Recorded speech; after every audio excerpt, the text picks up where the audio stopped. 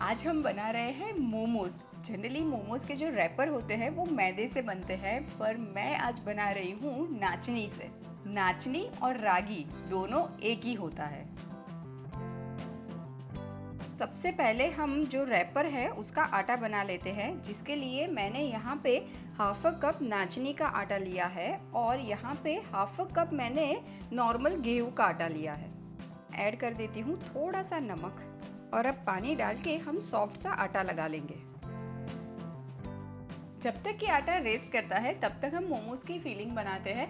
बहुत सारी जगहों पे क्या होता है कि जो सब्जियां होती है उसको पहले वो कुक करते हैं और उसके बाद फीलिंग तैयार करते हैं, पर जब भी मैं मोमोज बनाती हूँ मैं कभी भी सब्जियों को कुक नहीं करती हूँ, क्योंकि जब सब्जियां कुक कर लेते हैं ना तो वो बहुत ज़्यादा पानी यूज आउट करती है और फिर मोमोज बनाने में बहुत दिक्कत आती है।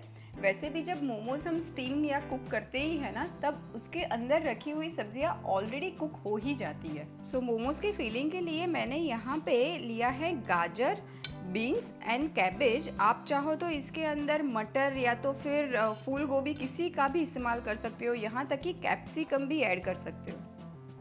और सब्जियों के साथ ही मैं ऐड कर देती हूँ हरी मिर्च, अदरक, ये हरा वाला प्याज एंड धनिया। अभी आपको धनिया या प्याज नहीं पसंद है तो आप अवॉइड भी कर सकते हो। वैसे तो आप मोमोज की फीलिंग में सिर्फ सब्जियां ही ऐड कर सकते हो, पर मैं इसमें थोड़ा सा पनीर भी ऐड कर रही हूँ, पर पनीर ऐड करना टोटली ऑप्शनल है। और अब ऐड कर देंगे थोड़ा सा नमक एंड काली मिर्च। स्टफिंग को अभी हम साइड में रख देते हैं और बनाते हैं मोमोज के रैपर बेलने के लिए मैंने यहाँ पे नाचनी का सूखा वाला आटा लिया है। इसको हम पहले फैला देते हैं और फिर बेलेंगे ताकि वो चिपक ना जाए।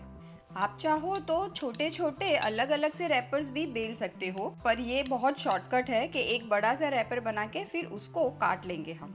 अभी ये जो मोमोज का रैपर हम बेल रहे हैं वो हो सके उतना पतला बेलिएगा, पर ये मैदे जितना पतला तो नहीं हो पाएगा। और अब एक कटर की मदद से हम ये रैपर को काट लेंगे। ये देखिए, ये रैपर आप देख सकते हैं कि अच्छे खासे पतले भी है। और अब मैं इसको इस तरह से साइड में रख देती हूँ। मैं इसके किनारों पे पानी पहले लगा लेती हूँ और अब ये स्टफिंग हम बीच में भर लेंगे। बहुत ज़्यादा नहीं भरिएगा वरना मोमोज बंद करने में बहुत तकलीफ होगी। और इस तरह से फोल्ड करके हम मोमोज को बंद कर लेंगे। एक और फोल्ड दे देती हूँ। बस इस तरह से हम सारे मोमोज बना लेंगे। और मैं मोमोज को एक प्लेट पे रख लेती हूँ और ये प्लेट को भी मैंने हल्का सा ग्रीस किया हुआ है। मोमोज तो भर के रेडी है, अब बारी आती है उसको स्टीम करने की।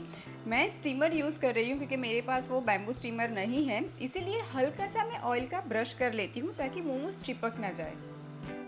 मोमोज को एकदम क्राउडेड नहीं करिएगा, थोड़ा थोड़ा गैप में रखिएगा। ढक्कन लगा के हम स्टीम करेंगे अप्रॉक्सीमेटली 15 मिनट के लिए।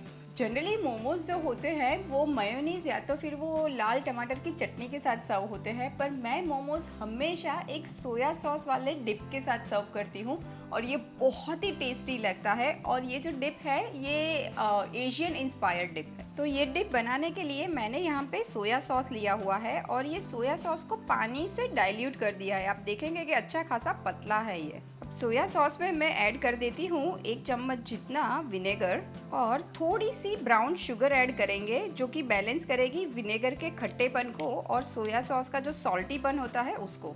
साथ में जाएगा थोड़ा सा धनिया एंड हरी मिर्च और लास्ट में ऐड कर देंगे सफ़ेद वाले तिल। ये माइल्डली रोस्टेड है एंड दैट्स इट। मज़ेदार सा डिप तो रेडी है।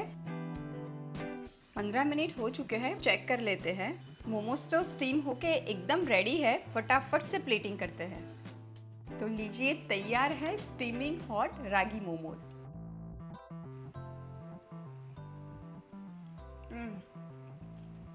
Just too good, no words. Must try वाली रेसिपी है ये।